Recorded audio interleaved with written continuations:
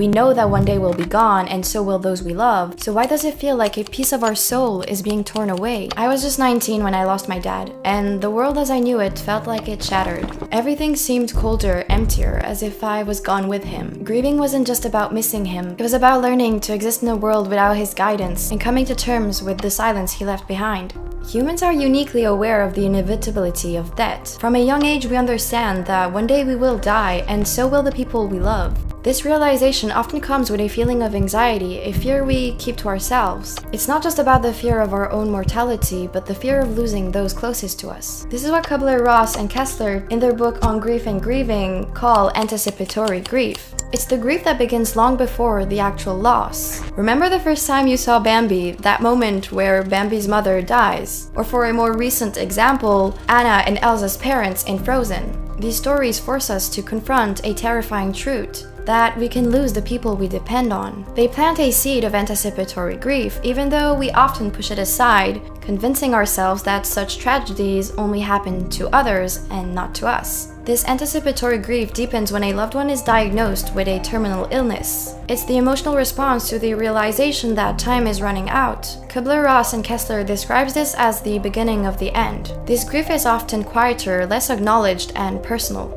It's a sorrow we carry privately, haunted by the future, imagining life without someone we can't bear to lose. When Kubler-Ross introduced the concept of the 5 stages of grief, denial, anger, bargaining, depression, and acceptance, she forever changed how we understand the grieving process. However, these stages are often misunderstood as a simple checklist to follow in order. In reality, grief is much more complex and personal. Is often seen as refusing to accept reality. But when she first introduced this stage, she was speaking about those who were dying, struggling to believe the reality of their own approaching death. For those left behind, it's more about struggling to really understand the reality of the loss. I still remember receiving the call about my dad's death. My mom said, "Dad is gone," but I couldn't really process it. It wasn't until she repeated, "He's gone," that I really understood. But even though, for weeks and even months, I was still in denial. I knew he was gone, but I didn't want to believe it. Denial is a natural protective response. It doesn't mean we're refusing to acknowledge the truth, but rather that we're struggling to immediately accept the reality. When we say, "I can't believe he's gone," we're expressing the difficulty to accept something so incomprehensible. Anger is one of the most intense and unpredictable emotions during grief. It can manifest in different ways. We might start blaming our loved one for not taking better care of themselves, ourselves for not preventing the loss, or even feeling betrayed by a higher power. We might even question, where was God in all of this? For those with faith, this can be very hard. We might have prayed in desperation, begging for a miracle, for our loved one to be saved. But when that prayer goes unanswered, we can feel abandoned by our loved one and by the divine. We might even turn our back on our beliefs, unable to reconcile with the pain and anger we feel. Bargaining is when we're willing to do anything to save the person we love. Like mentioned earlier, we might pray to keep them with us. When they're gone, we think in what ifs and if onlys, replaying scenarios where the outcome might have been different. This phase often comes with guilt, as we wonder if different actions could have changed things. We even bargain with our own pain, wishing we could do anything to escape the crushing grief we feel. We want to go back in time, rewrite the past, rather than face the unbearable reality of the present. Eventually, we might shift our focus to hoping for a reunion in an afterlife. Just like Eric Clapton's lyrics in Tears in Heaven. Would you know my name if I saw you in heaven? Would it be the same if I saw you in heaven? But no matter how much we bargain, we eventually reach the same conclusion. The person we loved is gone, and we need to learn how to live without them. I must be strong and carry on, because I know I don't belong here in heaven. Depression is the stage where the weight of the loss hits us the hardest. We may withdraw and feel like life has lost its meaning. We're physically present, but emotionally we feel detached from the world.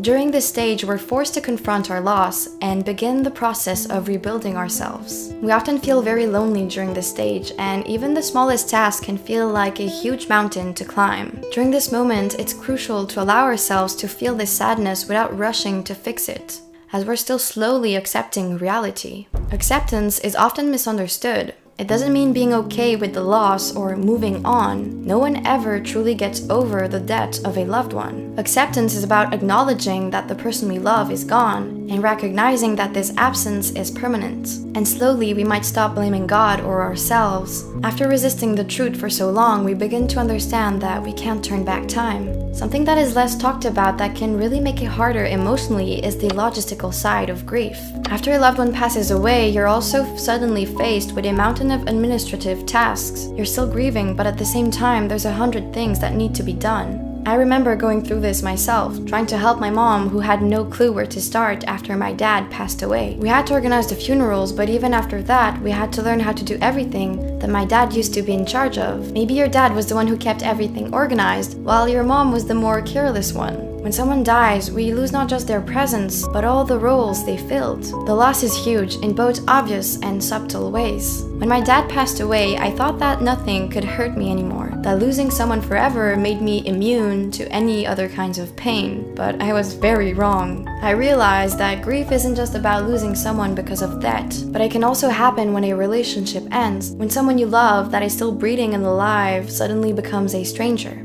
The emotional process mirrors the stages of grief we go through after a death. We often hear about the importance of letting go, but is it really possible? Can we really erase those memories? Marcel Proust, in his work In Search of Lost Time, explores how certain sights, sounds, or smells can unexpectedly trigger a rush of memories. This involuntary memory can be overwhelming during grief, as even the smallest thing like a song, a scent, or a place can bring back memories. Who has never heard a song that they listened to with their ex after a breakup and suddenly felt nostalgic? Or even smelled a stranger's perfume reminding them of their ex? In the end, whether we're mourning a loved one that has passed away or grieving someone that's still alive, you don't have to rush the process or force yourself to move on. Grief is a testament of the love we felt. We're often urged to move on as if forgetting is the path to healing.